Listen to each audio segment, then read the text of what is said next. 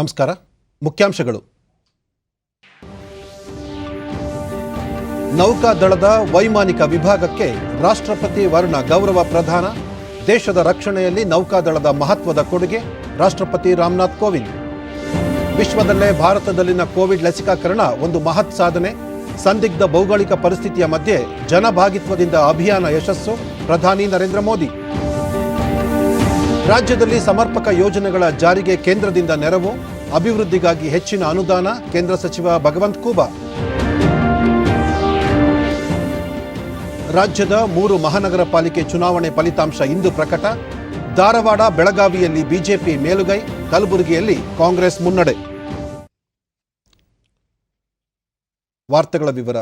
ನೌಕಾದಳದ ವೈಮಾನಿಕ ವಿಭಾಗಕ್ಕೆ ರಾಷ್ಟ್ರಪತಿ ರಾಮನಾಥ್ ಕೋವಿಂದ್ ಅವರು ಇಂದು ರಾಷ್ಟ್ರಪತಿ ವರ್ಣದ ಗೌರವ ಪ್ರದಾನ ಮಾಡಿದರು. ಗೋವಾದಲ್ಲಿರುವ ಐಎನ್ಎಸ್ ಹಂಸ ಯುದ್ಧ ನೌಕೆಯಲ್ಲಿ ಔಪಚಾರಿಕ ಪಥಸಂಚಲನ ಕಾರ್ಯಕ್ರಮದಲ್ಲಿ ರಾಷ್ಟ್ರಪತಿ ಧ್ವಜವಂದನೆ ಸ್ವೀಕಾರ ಮಾಡಿದರು. 1951 को नौसेना को ध्वज प्रदान किया था. उसके बाद राष्ट्रपति का ध्वज नौसेना के दक्षिणी कमान, पूर्वी कमान, पश्चिमी कमान. आपको बता दें कि राष्ट्रपति को गार्ड ऑफ ऑनर भी दिया गया.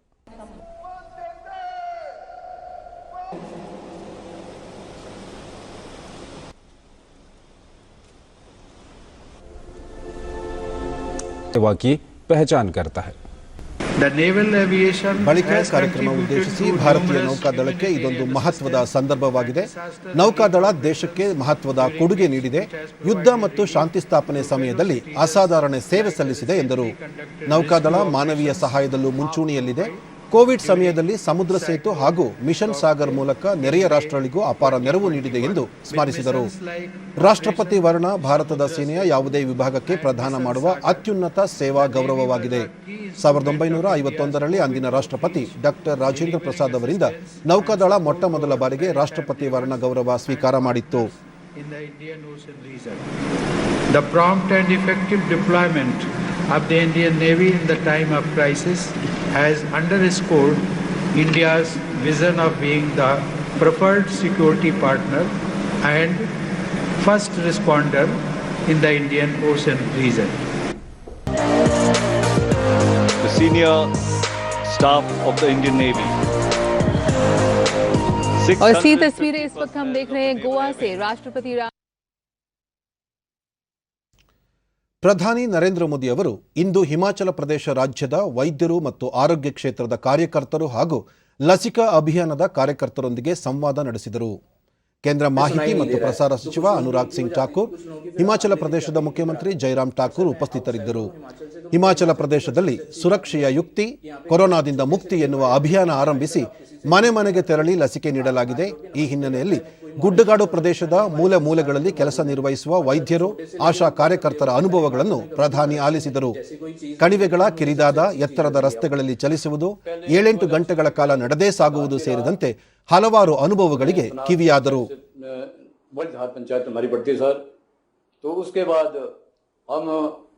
अभी 60 साल से ऊपर हो गए, हमने भी अपने आप को टीका कराया. लोगों को डर लग रहा था कि आइए अब निर्मा देवी से ये बात करते हैं. अपना जमदग्नि ऋषि का आदेश के बिना कोई भी कार्य नहीं किया जा सकते. तो मलाना एक बहुत पुराना गांव है. फिर यहाँ पे अपना ही कानून चल रहा है, वो नहीं माने जाते सर. अच्छा, मलाना ही नहीं, कुल्लू सहित हिमाचल के हर कोने में देवी देवताओं में बहुत विश्वास है. देवता जी से जुड़े लोगों में ने टीकाकरण में आपकी मदद की या सवाल पूछे शुरू में. 30 करोड़ भारतीयों के इसी आत्मविश्वास और वैक्सीन में आत्मनिर्भरता का ही परिणाम है. भारत ಬಳಿಕ ಆರೋಗ್ಯ ಕಾರ್ಯಕರ್ತರನ್ನು ಉದ್ದೇಶಿಸಿ ಅವರು ಶತಮಾನದ ಮಹಾಮಾರಿಯ ಸಮಯದಲ್ಲಿ ಹಿಮಾಚಲ ಪ್ರದೇಶ ಲಸಿಕೆ ನೀಡಿಕೆಯಲ್ಲಿ ಅತ್ಯುತ್ತಮ ಸಾಧನೆ ಮಾಡಿದೆ. 100% ಮೊದಲ ಡೋಸ್ ಲಸಿಕೆ ನೀಡಲಾಗಿದೆ. ವಿಶ್ವದ ಅತಿ ದೊಡ್ಡ ಲಸಿಕಾ ಅಭಿಯಾನದ ಭಾಗವಾಗಿದ್ದೀರಿ. ಇದರಲ್ಲಿ ಪಾಲ್ಗೊಂಡ ಎಲ್ಲರಿಗೂ ಅಭಿನಂದನೆಗಳನ್ನು ಸಲ್ಲಿಸುವುದಾಗಿ ಹೇಳಿದರು. ಎಲ್ಲರಿಗೂ ಮುಕ್ತ ಲಸಿಕೆ ನೀಡುವುದು ಸರ್ಕಾರದ ಬದ್ಧತೆ. ದೇಶದಲ್ಲಿ ಇಂದು ಒಂದು ದಿನದಲ್ಲಿ ದಾಖಲೆ ಮಟ್ಟದ ಲಸಿಕೆ ನೀಡಲಾಗುತ್ತಿದೆ. ವಿಶ್ವದ ಬಹಳಷ್ಟು ದೇಶಗಳ ಜನಸಂಖ್ಯೆ ಇಷ್ಟು ಪ್ರಮಾಣದಲ್ಲಿಲ್ಲ ಎಂದರು. ಎಲ್ಲರ ಪ್ರಯತ್ನ, ಜನರ ಸಹಭಾಗಿತ್ವದಿಂದ ಇದು ಸಾಧ್ಯವಾಗಿದೆ. ಹಿಮಾಚಲ ಪ್ರದೇಶದ ನಂತರ ಸಿಕ್ಕಿಂ ಮತ್ತು ದಾದ್ರಾ ನಗರ ಹವೇಲಿ ಕೇಂದ್ರಾಡಳಿತ ಪ್ರದೇಶಗಳಲ್ಲಿ 100% ಜನರಿಗೆ ಮೊದಲ ಡೋಸ್ ಲಸಿಕೆ ನೀಡಲಾಗಿದೆ ಎಂದು ತಿಳಿಸಿದರು. ಸಂಪರ್ಕ ವ್ಯವಸ್ಥೆ ಜನರ ಜೀವನದ ಗುಣಮಟ್ಟವನ್ನು ಹೆಚ್ಚಿಸುತ್ತದೆ. ಕೊರೋನಾ ಸಮಯದಲ್ಲಿ ಮನೆಯಿಂದಲೇ ಕೆಲಸ ಮಾಡಲು ಇದರಿಂದ ಸಾಧ್ಯವಾಗಿದೆ. ಇದರಿಂದ ಪ್ರವಾಸೋದ್ಯಮಕ್ಕೂ ಅನುಕೂಲವಾಗಿದೆ. ಗುಡ್ಡಗಾಡು ಪ್ರದೇಶಗಳಲ್ಲಿ ಡ್ರೋನ್ ತಂತ್ರಜ್ಞಾನವನ್ನು ಸರಿಯಾದ ರೀತಿಯಲ್ಲಿ ಬಳಕೆ ಮಾಡಿದರೆ ಅಲ್ಲಿನ ಜನಜೀವನದಲ್ಲಿ ಮಹತ್ತರ ಬದಲಾವಣೆ ತರಬಹುದು. ಈ ನಿಟ್ಟಿನಲ್ಲಿ ಡ್ರೋನ್ ನಿಯಮಾವಳಿಗಳಲ್ಲಿ ಬದಲಾವಣೆ ತರಲಾಗಿದೆ. ಕೃಷಿ, ಔಷಧ ಹಾಗೂ ಭೂ ಸಮೀಕ್ಷೆ ಸೇರಿದಂತೆ ಹಲವಾರು ಕಾರ್ಯಗಳಲ್ಲಿ ಡ್ರೋನ್ ಬಳಕೆ ಮಾಡಬಹುದು ಎಂದರು. ಪ್ರತಿಯೊಂದು ಸರ್ಕಾರಿ ಸೇವೆಯಲ್ಲೂ ಆಧುನಿಕ ಸೌಲಭ್ಯಗಳನ್ನು ತರಲು ಸರ್ಕಾರ ನಿರಂತರವಾಗಿ ಯತ್ನಿಸುತ್ತಿದೆ ಎಂದು ನರೇಂದ್ರ ಮೋದಿ ಹೇಳಿದರು. आशा कार्यकर्ता, आंगनवाड़ी कार्यकर्ता, शिक्षक और दूसरे तमाम साथियों के बुलंद हौसले का परिणाम है. आरोग्य क्षेत्र से जुड़े हुए लोगों की तो मेहनत है ही है. डॉक्टर हो, पैरामेडिकल स्टाफ हो, बाकी सहायक हो, सबकी मेहनत है. इसमें भी बहुत बड़ी संख्या में हमारी बहनों की विशेष भूमिका रही है. अभी थोड़ी देर पहले फील्ड पर काम करने वाले हमारे तमाम साथियों ने विस्तार से बताया भी कि उन्होंने किस प्रकार की चुनौतियों का सामना किया है. हिमाचल में वो हर प्रकार की मुश्किलें थी जो टीकाकरण में बाधक सिद्ध होती हैं. ಕೋವಿಡ್ ನಿಯಮಗಳ ಕಟ್ಟುನಿಟ್ಟಿನ ಪಾಲನೆಯೊಂದಿಗೆ ರಾಜ್ಯಾದ್ಯಂತ ಇಂದಿನಿಂದ 6ರಿಂದ 8ನೇ ವಿದ್ಯಾರ್ಥಿಗಳಿಗೆ ಭೌತಿಕ ತರಗತಿಗಳು ಆರಂಭವಾಗಿವೆ. ಪ್ರೌಢಶಾಲೆಗಳಲ್ಲಿ ಈಗಾಗಲೇ 9 ಮತ್ತು 10ನೇ ತರಗತಿಗಳು ಆರಂಭವಾಗಿವೆ. 2 ಪಾಳಿಗಳಲ್ಲಿ ತರಗತಿಗಳು ನಡೆಯುತ್ತಿವೆ. ಇದೀಗ ಪ್ರಾಥಮಿಕ ಶಾಲೆಗಳಲ್ಲಿ 6ರಿಂದ 8ನೇ ತರಗತಿ ಬೆಳಗ್ಗೆ 10ರಿಂದ ಮಧ್ಯಾಹ್ನ 1:30ರವರೆಗೆ ತರಗತಿಗಳು ನಡೆಯಲಿವೆ. ಸುಮಾರು 18 ತಿಂಗಳುಗಳ ಬಳಿಕ ಈ ತರಗತಿಗಳು ಆರಂಭವಾಗುತ್ತಿದ್ದು, ವಿವಿಧೆಡೆಗಳಲ್ಲಿ ಶಾಲೆಯ ಶಿಕ್ಷಕರು ಹಾಗೂ ಆಡಳಿತ ಮಂಡಳಿ ಸದಸ್ಯರು ವಿದ್ಯಾರ್ಥಿಗಳನ್ನು ಸ್ವಾಗತಿಸಿದರು. ಸೋಮವಾರದಿಂದ ಶುಕ್ರವಾರದವರೆಗೆ ಅಂದರೆ 5 ದಿನಗಳು ಮಾತ್ರ ತರಗತಿಗಳು ನಡೆಯಲಿವೆ. ಆದರೆ ವಿದ್ಯಾರ್ಥಿಗಳು ಭೌತಿಕ ತರಗತಿಗಳಿಗೆ ಹಾಜರಾಗುವುದು ಕಡ್ಡಾಯವಲ್ಲ ಎಂದು ಸಾರ್ವಜನಿಕ ಶಿಕ್ಷಣ ಇಲಾಖೆ ತಿಳಿಸಿದೆ. ಬೆಂಗಳೂರಿನ ಮಠದಹಳ್ಳಿಯಲ್ಲಿರುವ ಸರ್ಕಾರಿ ಕನ್ನಡ ಮಾದರಿ ಶಾಲೆಯಲ್ಲಿಂದು ಮಕ್ಕಳಿಗೆ ಆರತಿ ಬೆಳಗುವ ಮೂಲಕ ಭವ್ಯ ಸ್ವಾಗತ ನೀಡಲಾಯಿತು. ಮಕ್ಕಳನ್ನು ಥರ್ಮಲ್ ಸ್ಕ್ರೀನಿಂಗಿಗೆ ಒಳಪಡಿಸಿ ವ್ಯಕ್ತಿಗತ ಅಂತರದಲ್ಲಿ ಆಸನದ ವ್ಯವಸ್ಥೆ ಮಾಡಲಾಗಿತ್ತು.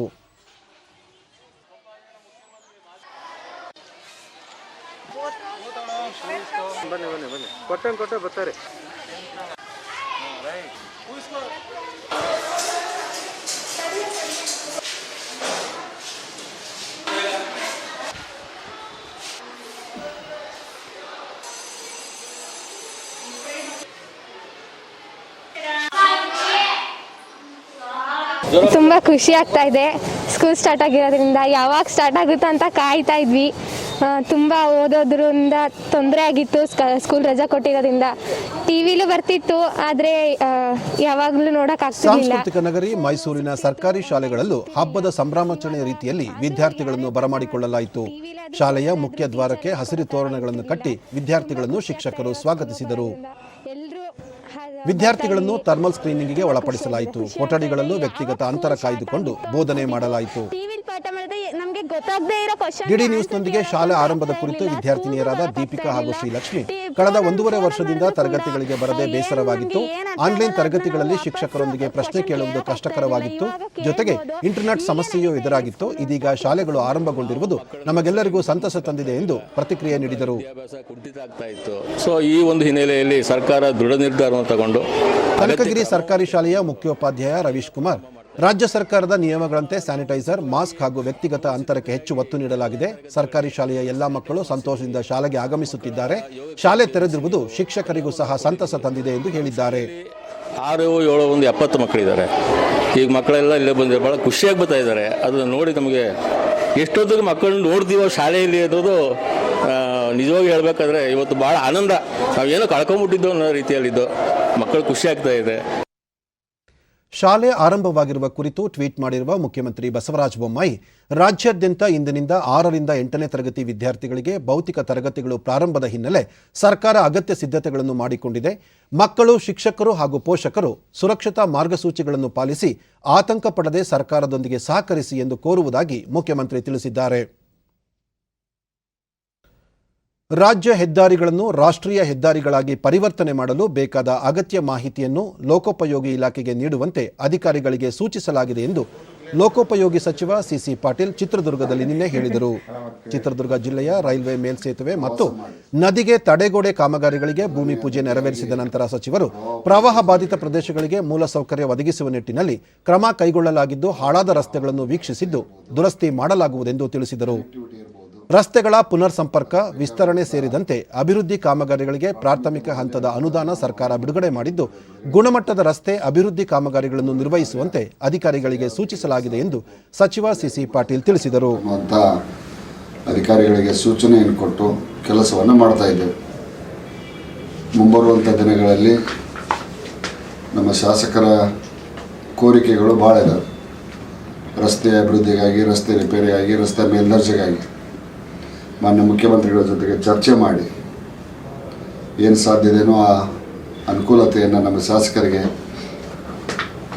ಅವರು ಬೇಕಾಗುವಂಥ ರಸ್ತೆಗಳಿಗೆ ಅನುದಾನವನ್ನು ಒದಗಿಸಿಕೊಡುವಂಥ ಒಂದು ಪ್ರಯತ್ನವನ್ನು ನಾನು ಮಾಡ್ತೀನಿ. ಕೇಂದ್ರದ ಯೋಜನೆಗಳನ್ನು ರಾಜ್ಯದಲ್ಲಿ ಸಮರ್ಪಕವಾಗಿ ಜಾರಿಗೊಳಿಸುವ ಮೂಲಕ ಸರ್ವತೋಮುಖ ಅಭಿವೃದ್ಧಿಗೆ ಪ್ರಾಮಾಣಿಕ ಪ್ರಯತ್ನ ಮಾಡಲಾಗುವುದು ಎಂದು ಕೇಂದ್ರ ರಾಸಾಯನಿಕ ಮತ್ತು ರಸಗೊಬ್ಬರ ಖಾತೆ ರಾಜ್ಯ ಸಚಿವ ಭಗವಂತ್ ಖೂಬಾ ನಿನ್ನೆ ಬೆಂಗಳೂರಿನಲ್ಲಿ ಹೇಳಿದರು. ಬೆಂಗಳೂರಿನ ದಾಸರಹಳ್ಳಿ ಸಮೀಪದ ಹೆಸರುಘಟ್ಟದ ಮುಖ್ಯ ರಸ್ತೆಯ ಖಾಸಗಿ ಕಲ್ಯಾಣ ಮಂಟಪದಲ್ಲಿ ಬಿಜೆಪಿ ರಾಜ್ಯ ಪ್ರಕೋಷ್ಠ ವತಿಯಿಂದ ಕೇಂದ್ರ ಹಾಗೂ ರಾಜ್ಯದ ಮಹತ್ವಾಕಾಂಕ್ಷಿ ಯೋಜನೆ ಫಲಾನುಭವಿಗಳಿಗೆ ಆಯೋಜಿಸಿದ್ದ ಅಭಿನಂದನಾ ಕಾರ್ಯಕ್ರಮದಲ್ಲಿ ಸಚಿವರು ಮಾತನಾಡಿದರು. ಕೇಂದ್ರದ ಯೋಜನೆಗಳನ್ನು ರಾಜ್ಯದಲ್ಲಿ ಅನುಷ್ಠಾನಗೊಳಿಸಲು ಆದ್ಯತೆ ನೀಡಲಾಗುತ್ತಿದ್ದು ಮುಖ್ಯಮಂತ್ರಿ ಬಸವರಾಜ ಬೊಮ್ಮಾಯಿ ಅವರೊಂದಿಗೆ ಚರ್ಚಿಸಿ ಇನ್ನಷ್ಟು ಯೋಜನೆಗಳನ್ನು ಜಾರಿ ಕುರಿತು ಕ್ರಮ ಕೈಗೊಳ್ಳಲಾಗುವುದು ಎಂದು ಹೇಳಿದರು. ಭಾರತೀಯ ಜನತಾ ಪಕ್ಷವು ಕಾರ್ಯಕರ್ತರನ್ನು ಗುರುತಿಸುವ ಮೂಲಕ ಜವಾಬ್ದಾರಿಗಳನ್ನು ನೀಡುತ್ತದೆ ಹಾಗೂ ಪಕ್ಷದಲ್ಲಿ ಎಲ್ಲರನ್ನೂ ಸಮಾನ ದೃಷ್ಟಿಯಿಂದ ಕಾಣುತ್ತದೆ ಎಂದು ಇದೇ ಸಂದರ್ಭದಲ್ಲಿ ಭಗವಂತ್ ಖೂಬಾ ತಿಳಿಸಿದರು. ಭಾರತೀಯ ಜನತಾ ಪಕ್ಷ ನಾನು ಸಕ್ರಿಯನಾಗಿರೋದು 1999ರಲ್ಲಿ. ಸಾಮಾನ್ಯವಾಗಿ ಒಬ್ಬ ಸಾಮಾನ್ಯ ಕಾರ್ಯಕರ್ತನಾಗಿ, ಒಬ್ಬ ಸಾಮಾನ್ಯ ಮನುಷ್ಯನಾಗಿ ನಮ್ಮ ಮನಸ್ಸಿನಲ್ಲಿ ನಾವು ಒಂದು ಒಳ್ಳೆಯ ಕುಟುಂಬದಲ್ಲಿ ಹುಟ್ಟಿದ್ದೀವಿ, ಒಂದು ಜಾತಿಯನ್ನು ಹುಟ್ಟಿದ್ದೀವಿ, ನಮಗೊಂದಿಷ್ಟು ನಮ್ಮ ಊರಲ್ಲಿ ಪ್ರತಿಷ್ಠೆ ಇದೆ, ಗೌರವ ಸಿಗ್ತದೆ ಅನ್ನುವಂಥದ್ದನ್ನು ಪ್ರತಿಯೊಬ್ಬರಿಗೂ ಇದು ಅನಿಸೋದು ಅನಿಸಿಕೆ. ಆದರೆ ನಮ್ಮ ಭಾರತೀಯ ಜನತಾ ಪಕ್ಷದ ಸಾಮಾನ್ಯ ಕಾರ್ಯಕರ್ತನಾದ ಮೇಲೆ ಇದಕ್ಕೆ ಮೇಲ್ಪಟ್ಟು ಸಮಾಜದಲ್ಲಿ ಭಾರತೀಯ ಜನತಾ ಪಕ್ಷಕ್ಕೆ ಒಂದು ಕಾರ್ಯಕರ್ತರಿಗೆ ಸಿಗುವಂಥ ಗೌರವ ನನ್ನ ಜಾತಿಯಿಂದ ಗುರುತಿಸಿಕೊಂಡಿದ್ರೆ ಸಿಗುವಂಥ ಗೌರವಕ್ಕಿಂತಲೂ ಜಾಸ್ತಿ ಇದೆ ಅನ್ನುವಂಥದ್ದೇನು ಗೌರವ ಸಿಗುವುದು, ಅದಕ್ಕಿಂತ ಹೆಚ್ಚಿನ ಗೌರವ ಭಾರತೀಯ ಜನತಾ ಪಕ್ಷದ ಒಂದು ಕಾರ್ಯಕರ್ತರಿಗೆ ಸಿಗುವಂಥ ಗೌರವ ನಾನು ಅನುಭವಿಸಿದ್ದೇನೆ. ಬೆಳಗಾವಿ, ಹುಬ್ಬಳ್ಳಿ, ಧಾರವಾಡ ಹಾಗೂ ಕಲಬುರಗಿ ಮಹಾನಗರ ಪಾಲಿಕೆಗಳ ಚುನಾವಣೆಯ ಅಂತಿಮ ಫಲಿತಾಂಶ ಇನ್ನು ಕೆಲವೇ ಹೊತ್ತಿನಲ್ಲಿ ಪ್ರಕಟವಾಗಲಿದೆ. ಈ 3 ಮಹಾನಗರ ಪಾಲಿಕೆಗಳಿಗೆ ಕಳೆದ ಶುಕ್ರವಾರದಂದು ಮತದಾನ ಜರುಗಿತ್ತು. ಇಂದು ಬಿಗಿ ಭದ್ರತಾ ವ್ಯವಸ್ಥೆಯಲ್ಲಿ ಮತ ಎಣಿಕೆ ಕಾರ್ಯ ತಲುಪಿದ್ದು ಅಂತಿಮ ಹಂತ ತಲುಪಿದೆ. ಬೆಳಗಾವಿ ಪಾಲಿಕೆಯ 58 ಕ್ಷೇತ್ರಗಳಿಗೆ ಚುನಾವಣೆ ನಡೆದಿದ್ದು ಬಿಕೆ ಮಾಡೆಲ್ ಶಾಲೆಯಲ್ಲಿ ಮತ ಎಣಿಕೆ ಕಾರ್ಯ ನಡೆಯುತ್ತಿದೆ. ಸ್ಪಷ್ಟ ಬಹುಮತಕ್ಕೆ 33 ಸ್ಥಾನಗಳನ್ನು ಗೆದ್ದುಕೊಳ್ಳುವ ಅಗತ್ಯವಿದ್ದು ಇತ್ತೀಚಿನ ಮಾಹಿತಿಯಂತೆ ಬೆಳಗಾವಿ ಮಹಾನಗರ ಪಾಲಿಕೆಯಲ್ಲಿ ಬಿಜೆಪಿ ಸ್ಪಷ್ಟ ಬಹುಮತದತ್ತ ಸಾಗಿದೆ. ಹುಬ್ಬಳ್ಳಿ, ಧಾರವಾಡ ಮಹಾನಗರ ಪಾಲಿಕೆಯ 82 ಕ್ಷೇತ್ರಗಳಿಗೆ ಮತದಾನ ನಡೆದಿದ್ದು ಧಾರವಾಡದ ಕೃಷಿ ವಿಶ್ವವಿದ್ಯಾಲಯದಲ್ಲಿ ಮತ ಎಣಿಕೆ ಕಾರ್ಯ ಪ್ರಗತಿಯಲ್ಲಿದೆ.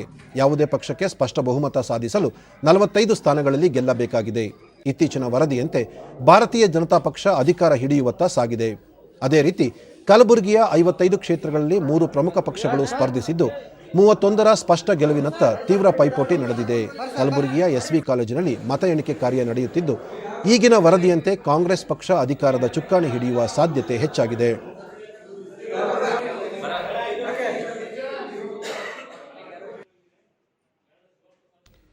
ಮೈಸೂರು ವಿಶ್ವವಿದ್ಯಾಲಯದ 101ನೇ ಘಟಿಕೋತ್ಸವ ನಾಳೆ ನಡೆಯಲಿದೆ ಎಂದು ವಿಶ್ವವಿದ್ಯಾಲಯದ ಕುಲಪತಿ ಪ್ರೊಫೆಸರ್ ಜಿ ಹೇಮಂತ್ ಕುಮಾರ್ ತಿಳಿಸಿದರು. ಈ ಕುರಿತು ಮಾನಸ ಗಂಗೋತ್ರಿ ವಿಜ್ಞಾನ ಭವನದಲ್ಲಿ ಸುದ್ದಿಗೋಷ್ಠಿ ನಡೆಸಿದ ಅವರು ಘಟಿಕೋತ್ಸವದಲ್ಲಿ ಸ್ನಾತಕ ಹಾಗೂ ಸ್ನಾತಕೋತ್ತರ ಪದವಿ ಪಡೆದ ಒಟ್ಟು 29,852 ವಿದ್ಯಾರ್ಥಿಗಳಿಗೆ ಪದವಿ ಪ್ರದಾನ ಮಾಡಲಾಗುವುದು ಎಂದರು. ಕಾರ್ಯಕ್ರಮದಲ್ಲಿ ರಾಜ್ಯಪಾಲ ತಾವರ್ಚಂದ್ ಗೆಹ್ಲೋಟ್, ವೈಜ್ಞಾನಿಕ ಮತ್ತು ಕೈಗಾರಿಕಾ ಸಂಶೋಧನಾ ಮಂಡಳಿ ಮಹಾನಿರ್ದೇಶಕ ಡಾಕ್ಟರ್ ಶೇಖರ್ ಸಿ ಮಂಡೆ, ಉನ್ನತ ಶಿಕ್ಷಣ ಸಚಿವ ಡಾಕ್ಟರ್ ಸಿಎನ್ ಅಶ್ವಥ್ ನಾರಾಯಣ ಸೇರಿದಂತೆ ಭಾರತೀಯ ವಿಜ್ಞಾನ ಸಂಸ್ಥೆ ಜೀವರಸಾಯನ ಗೌರವ ಪ್ರಾಧ್ಯಾಪಕರಾದ ಪದ್ಮಭೂಷಣ ಡಾಕ್ಟರ್ ಗೋವಿಂದರಾಜನ್ ಪದ್ಮನಾಭ್ ಹಾಗೂ ಆಕ್ಸೆಲ್ ಇಂಡಿಯಾ ಸಂಸ್ಥಾಪಕ ಪ್ರಶಾಂತ್ ಪ್ರಕಾಶ್ ಅವರಿಗೆ ಗೌರವ ಡಾಕ್ಟರೇಟ್ ನೀಡಲಾಗುವುದು ಎಂದು ಮಾಹಿತಿ ನೀಡಿದರು. ಇಲ್ಲ, ನಮಗೆ ತೊಂದರೆ ಏನಾಗಿಲ್ಲ. ಯಾಕೆಂದರೆ ನಾವು examination last time as per Covid rules ಮಾಡಿದ್ವಿ. ಈ ಸತಿನೂ ನಮಗೆ ಸೆಪ್ಟೆಂಬರ್ 8 ತನಕ ಟೈಮ್ ಸಿಕ್ಬಿಟ್ರೆ ಎಕ್ಸಾಮ್ ಎಲ್ಲ ಮುಗಿದೋಗುತ್ತೆ. ಸೊ ನಮಗೆ ಎಕ್ಸಾಮಿನೇಷನ್ಗೆ ಏನೂ ತೊಂದರೆ ಆಗಿಲ್ಲ. ಸ್ವಲ್ಪ ಇದೆ, ಬಟ್ ಅಂತ ನಾವೆಲ್ಲರಿಗೂ 20% ಸೀಟ್ನ ಜಾಸ್ತಿ ಮಾಡಿದ್ದೀವಿ. ಈಗ 20% ಸೀಟ್ನ ಅವರು ಜಾಸ್ತಿ ಕೇಳ್ಕೊಬೋದು. ನಾವು ತಿರ್ಗಾ ಒಂದು ರೂಲ್ ಕೊಡ್ತೀವಿ. ಅಡಿಷನಲ್ ಸೆಕ್ಷನ್ ಬೇಕು ಅಂದರೆ ಪುನಃ ಅಪ್ಲೈ ಮಾಡ್ಕೋಬೋದು ಅವರು. ಸೊ ನಾವು ಇನ್ಸ್ಪೆಕ್ಟ್ ಮಾಡಿ ಕೊಡ್ತೀವಿ. ಉದ್ದೇಶಿಸಿ ನಾಳೆ ಪ್ರಧಾನಿ ನರೇಂದ್ರ ಮೋದಿ ವಿಡಿಯೋ ಕಾನ್ಫರೆನ್ಸ್ ಮೂಲಕ ಮಾತನಾಡಲಿದ್ದಾರೆ. ಈ ಸಂದರ್ಭದಲ್ಲಿ ಅವರು ಶಿಕ್ಷಣ ಕ್ಷೇತ್ರಕ್ಕೆ ಸಂಬಂಧಿಸಿದ ಹಲವು ಯೋಜನೆಗಳಿಗೆ ಚಾಲನೆ ನೀಡಲಿದ್ದಾರೆ ಎಂದು ಪ್ರಧಾನಿ ಕಚೇರಿ ಪ್ರಕಟಣೆ ತಿಳಿಸಿದೆ. ಮೂಕರಿಗಾಗಿ ಭಾರತೀಯ ಸಂಕೇತ ಭಾಷೆಯ ಪದಕೋಶ, ಅಂಧರಿಗಾಗಿ ಆಡಿಯೋ ಪುಸ್ತಕಗಳು, ಕೇಂದ್ರೀಯ ಪ್ರೌಢಶಿಕ್ಷಣ ಪರೀಕ್ಷಾ ಮಂಡಳಿಯ ಶಾಲಾ ಗುಣಮಟ್ಟ, ಖಾತ್ರಿ ಮತ್ತು ಮೌಲ್ಯಮಾಪನ ಮಾನದಂಡ, ಶಿಕ್ಷಕರ ತರಬೇತಿ ಕಾರ್ಯಕ್ರಮ, ನಿಷ್ಠ ಶಿಕ್ಷಣ ಕ್ಷೇತ್ರದ ಸ್ವಯಂ ಸೇವಕರು, ದಾನಿಗಳು, ಶಾಲಾ ಅಭಿವೃದ್ಧಿಗಾಗಿ ಸಿಎಸ್ಆರ್ ಅಭಿಯಾನದಲ್ಲಿ ಕೊಡುಗೆ ನೀಡುವವರಿಗಾಗಿ ನಿಪುಣ್ ಭಾರತ್ ಮತ್ತು ವಿದ್ಯಾನಿಧಿ ಪೋರ್ಟಲ್ಗಳನ್ನು ಪ್ರಧಾನಿ ಉದ್ಘಾಟಿಸಲಿದ್ದಾರೆ. ನಾಳೆಯಿಂದ ಇದೇ 17ರವರೆಗೆ ನಡೆಯುವ ಶಿಕ್ಷಕ ಪರ್ವವನ್ನು ಕೇಂದ್ರ ಶಿಕ್ಷಣ ಇಲಾಖೆ ಆಯೋಜಿಸಿದೆ. ಆನ್ಲೈನ್ ಸಮ್ಮೇಳನದಲ್ಲಿ ರಾಷ್ಟ್ರೀಯ ಶಿಕ್ಷಣ ನೀತಿಯ ವಿವಿಧ ಆಯಾಮಗಳ ಕುರಿತು ಚರ್ಚೆ ನಡೆಯಲಿದೆ. ದೇಶದಲ್ಲಿ ಕಳೆದ 24 ಗಂಟೆಗಳಲ್ಲಿ 38,948 ಹೊಸ ಕೊರೋನಾ ಸೋಂಕು ಪ್ರಕರಣಗಳು ದಾಖಲಾಗಿವೆ. ಒಟ್ಟು ಸೋಂಕು ಪ್ರಕರಣಗಳ ಸಂಖ್ಯೆ 3,30,27,621ಕ್ಕೆ ಏರಿಕೆಯಾಗಿದೆ. ನಿನ್ನೆ ಒಂದೇ ದಿನ 993 ಮಂದಿ ಬಿಡುಗಡೆಯಾಗಿದ್ದು, ಇದರೊಂದಿಗೆ ಒಟ್ಟಾರೆ ಗುಣಮುಖರಾದವರ ಸಂಖ್ಯೆ 3,21,191,995ಕ್ಕೆ ಹೆಚ್ಚಳವಾಗಿದೆ. ಚೇತರಿಕೆ ಪ್ರಮಾಣ 97.44%ರಷ್ಟಿದೆ. ಒಟ್ಟು 4,04,874 ಸಕ್ರಿಯ ಪ್ರಕರಣಗಳಿವೆ. ಈ ಪ್ರಮಾಣ 1.23%ರಷ್ಟಿದೆ. ಕಳೆದ 24 ಗಂಟೆಗಳಲ್ಲಿ 219 ಮಂದಿ ಮೃತಪಟ್ಟಿದ್ದು, ಒಟ್ಟು ಮೃತಪಟ್ಟವರ ಸಂಖ್ಯೆ 4,40,752ಕ್ಕೆ ಏರಿಕೆಯಾಗಿದೆ. ಇದು 1.33%ರಷ್ಟಿದೆ. ವಿಶ್ವದಲ್ಲೇ ಅತಿ ಹೆಚ್ಚು ಲಸಿಕೆ ನೀಡಿರುವ ದೇಶಗಳ ಪೈಕಿ ಭಾರತ ಮುಂಚೂಣಿಯಲ್ಲಿದೆ. ಇದುವರೆಗೆ ದೇಶದಾದ್ಯಂತ ಒಟ್ಟು 68,75,41,762 ಡೋಸ್ ನೀಡಲಾಗಿದೆ. ನಿನ್ನೆ ಒಂದೇ ದಿನ 25,23,083 ಡೋಸ್ ಲಸಿಕೆ ನೀಡಲಾಗಿದೆ ಎಂದು ಕೇಂದ್ರ ಆರೋಗ್ಯ ಸಚಿವಾಲಯ ತಿಳಿಸಿದೆ. ದೇಶದಲ್ಲಿ ಕೊರೋನಾ ಮಾದರಿಗಳ ಪರೀಕ್ಷಾ ಸಾಮರ್ಥ್ಯದಲ್ಲಿ ನಿರಂತರ ಹೆಚ್ಚಳ ಮಾಡಲಾಗುತ್ತಿದ್ದು, ಇದುವರೆಗೆ ಒಟ್ಟು 53,14,68,867 ಮಂದಿಗೆ ಕೊರೋನಾ ಮಾದರಿ ಪರೀಕ್ಷೆ ನಡೆಸಲಾಗಿದೆ. ನಿನ್ನೆ ಒಂದೇ ದಿನ 14,10,649 ಮಂದಿಯ ಮಾದರಿ ಪರೀಕ್ಷೆ ಮಾಡಲಾಗಿದೆ ಎಂದು ಭಾರತೀಯ ವೈದ್ಯಕೀಯ ಸಂಶೋಧನಾ ಮಂಡಳಿ ICMR ತಿಳಿಸಿದೆ.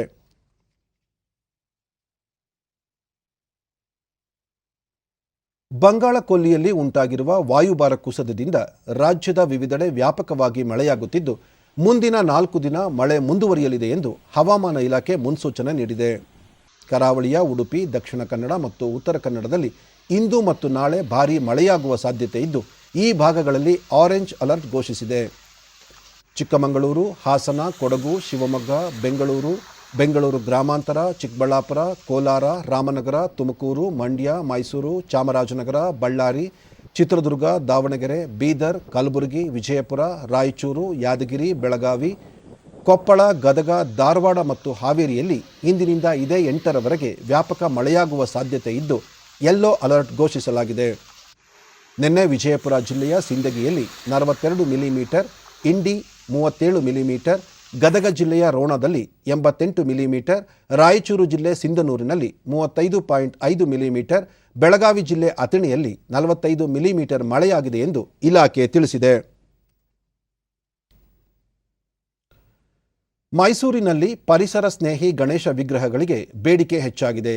ಸರ್ಕಾರದ ಮಾರ್ಗಸೂಚಿಯಂತೆ ಎಲ್ಲೆಡೆ ಗೌರಿ ಗಣೇಶ ಹಬ್ಬದ ತಯಾರಿ ಭರದಿಂದ ಸಾಗಿದೆ. ಹೊರವಲಯದಲ್ಲಿ 4 ಅಡಿ ಹಾಗೂ ಮನೆಗಳಲ್ಲಿ 2 ಅಡಿ ಗಣೇಶ ವಿಗ್ರಹಗಳನ್ನು ಕೂರಿಸಲು ಸರ್ಕಾರ ಅನುಮತಿ ನೀಡಿರುವುದರಿಂದ ವಿವಿಧ ವಿನ್ಯಾಸದ ಗೌರಿ ಗಣೇಶ ಮೂರ್ತಿಗಳು ಮಾರುಕಟ್ಟೆಗೆ ಲಗ್ಗೆ ಇಡುತ್ತಿವೆ.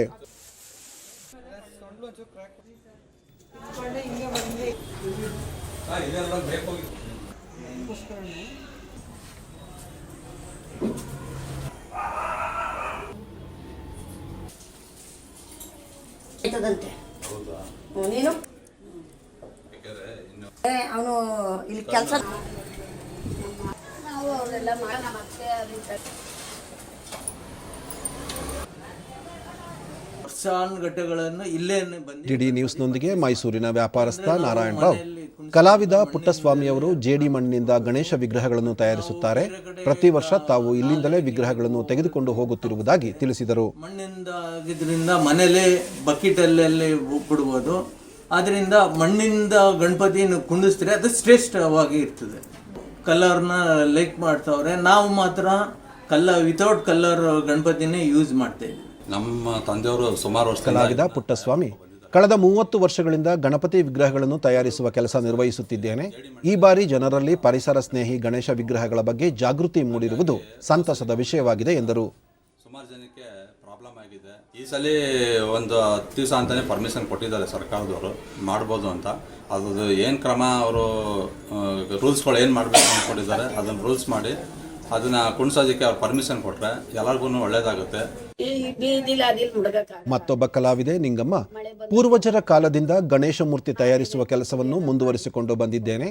ನಮ್ಮಲ್ಲಿ 10 ರೂಪಾಯಿಯಿಂದ 1500ರವರೆಗೆ ಗಣೇಶ ವಿಗ್ರಹಗಳು ದೊರೆಯುತ್ತವೆ ಎಂದು ತಿಳಿಸಿದರು. 10 ರೂಪಾಯಿ ಗಣಪತಿ ನೋಡಿ ಅಲ್ಲದೆ ಆ ತರದಿಂದನೂ ಗೌರಿ ಗಣಪತಿ 10 ರೂಪಾಯಿನಿಂದ 1000 5000 ಇಲ್ಲಿ ಗಂಟನೂ ಮಾಡ್ತಾರೆ. ಅದೇ ನಮ್ಮ ಅತ್ತೆ ಮಾವರಿಂದ ಅವರಿಂದ ಕಲಿತು ನಮ್ಮ ಯಜಮಾನ್ರು ಮಾಡ್ತಾ ಇದ್ರು. ಅವರು ಅಂದ್ರೆ ಅದೇ ಕಲ್ಸ್ಕೊ ಅವ್ರಿಗೆ. ಈಗ ನಮ್ಮ ಇದೇನೆ ನಮ್ಮ ಮಗನೂ ಮಾಡ್ಕೊಂಡೈತಾರೆ. ಆಧುನಿಕ ಜಗತ್ತು ಕಂಡಿರುವ ಬಹುದೊಡ್ಡ ಸಂಗ್ರಾಮಗಳಲ್ಲಿ ಭಾರತದ ಸ್ವಾತಂತ್ರ್ಯ ಸಂಗ್ರಾಮವೂ ಒಂದು. ತಾಯ್ನೆಲವನ್ನು ವಿದೇಶಿ ಆಡಳಿತದ ಕಪಿಮುಷ್ಟಿಯಿಂದ ಬಿಡುಗಡೆಗೊಳಿಸುವಲ್ಲಿ ತಮ್ಮ ಸರ್ವಸ್ವವನ್ನು ತ್ಯಾಗ ಮಾಡಿದ ಹಲವು ಮಹನೀಯರು ಹಾಗೂ ಸ್ವಾತಂತ್ರ್ಯ ಸಂಗ್ರಾಮದ ಹಲವು ವಿಷಯಗಳ ಕುರಿತ ವಿಶೇಷ ವರದಿಯ ಸರಣಿ ಆಕಾಶವಾಣಿ ರಾಷ್ಟ್ರೀಯ ಸುದ್ದಿ ವಿಭಾಗದ ಸಹಕಾರದೊಂದಿಗೆ ಇಲ್ಲಿದೆ.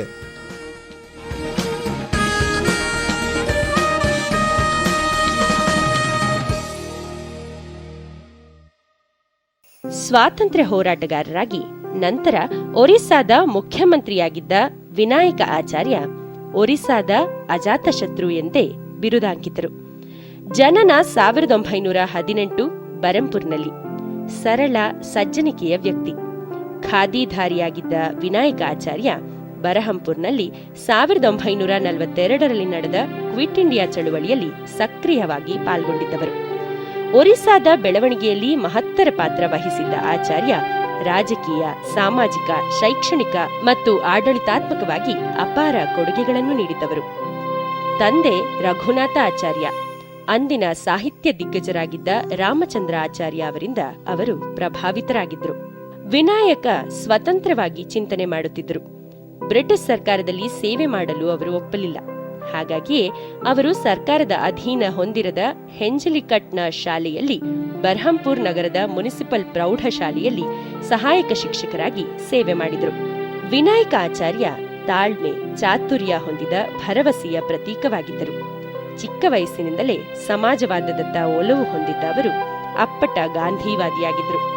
ಸ್ವಾತಂತ್ರ್ಯ ಸಂಗ್ರಾಮದ ಹಲವು ಸ್ತರಗಳಲ್ಲಿ ಮತ್ತು 1942ರ ಕ್ವಿಟ್ ಇಂಡಿಯಾ ಚಳುವಳಿಯಲ್ಲಿ ಸಂದೇಶಗಳನ್ನು ಹರಡುತ್ತಾ, ಭಾಷಣಗಳನ್ನು ಮಾಡುತ್ತಾ ಅರಿವು ಮೂಡಿಸಿದ್ದರು. ಆಚಾರ್ಯ ಅವರ ಬಗ್ಗೆ ಹಿರಿಯ ಗಾಂಧಿವಾದಿ, ಒಡಿಶಾದ ಕೇಂದ್ರೀಯ ಗಾಂಧಿ ಸ್ಮಾರಕ್ ನಿಧಿಯ ಟ್ರಸ್ಟಿ ಡಾಕ್ಟರ್ ಬಿಸ್ವಜಿತ್ ರಾಯ್ ಬೆಳಕು ಚೆಲ್ಲಿದರು. ವಿನಾಯಕ ಆಚಾರ್ಯ ಒಡಿಶಾದ ಶೈಕ್ಷಣಿಕ ಉನ್ನತಿಯಲ್ಲಿ ಮಹತ್ತರ ಕೊಡುಗೆ ನೀಡಿದ್ದಾರೆ. ಜನಪ್ರಿಯ ಉಪಾಧ್ಯಾಯರಾಗಿದ್ದ ಅವರು ವಿದ್ಯಾರ್ಥಿಗಳ ಪ್ರೀತಿಯ ಬೀನು ಮಾಸ್ತರ್ ಆಗಿದ್ದರು. ನವೋತ್ಕಲ್ ಸೇವಾ ಸಂಘವನ್ನು ಸ್ಥಾಪಿಸಿ ದೀನರಿಗೆ, ಅಸಹಾಯಕರಿಗೆ ವಿದ್ಯಾದಾನ ಮಾಡಿದರು. ಹರಿದ ಕಂಡಿ ಮಠ್ ಸ್ಥಾಪಿಸಿ ಬಡ ಮಕ್ಕಳಿಗೆ ಸಹಾಯ ಮಾಡಿದರು. 1954ರ ಸಮಯದಲ್ಲಿ ದಕ್ಷಿಣ ಒಡಿಶಾದಲ್ಲಿ ಭಾಷಾವಾರು ಸಮಸ್ಯೆಗಳು ತಲೆದೋರಿದಾಗ ಆಚಾರ್ಯ ಶಾಂತಿ ಪಡೆಗಳ ಮೂಲಕ ಸೌಹಾರ್ದ ಮೆರೆದರು. ಜಾತಿ ಭೇದವಿಲ್ಲದೆ ಎಲ್ಲರ ಉದ್ಧಾರಕ್ಕಾಗಿ ಶ್ರಮಿಸಿದರು. ಎಲ್ಲರೊಂದಿಗೆ ಕುಳಿತು ಭೋಜನ ಮಾಡಿದರು. 1976-77ರ ಸಮಯದಲ್ಲಿ ಮುಖ್ಯಮಂತ್ರಿಯಾಗಿದ್ದಾಗ ಪ್ರಾಥಮಿಕ ಶಿಕ್ಷಣದಲ್ಲಿ ಅನೇಕ ಸುಧಾರಣೆಗಳನ್ನು ಜಾರಿಗೆ ತಂದರು. 11 ಡಿಸೆಂಬರ್ 1983ರಂದು ಇಹಲೋಕ ತ್ಯಜಿಸಿದರು. ವಿನಾಯಕ ಆಚಾರ್ಯ ಅವರ ನಿಸ್ವಾರ್ಥ ಸೇವೆ, ದುರ್ಬಲ ವರ್ಗದವರ ಏಳಿಗೆಗಾಗಿ ಅವರು ಕೈಗೊಂಡ ಕಾರ್ಯ, ಶೈಕ್ಷಣಿಕ ಸುಧಾರಣೆಗಳು ಹಲವು ಪೀಳಿಗೆಗಳಿಗೆ ಮಾರ್ಗದರ್ಶಕವಾಗಿದೆ. ಬೀನು ಮಾಸ್ತರ್ ದೇಶ ನಿಮ್ಮನ್ನು ಸದಾ ಸ್ಮರಿಸುತ್ತದೆ.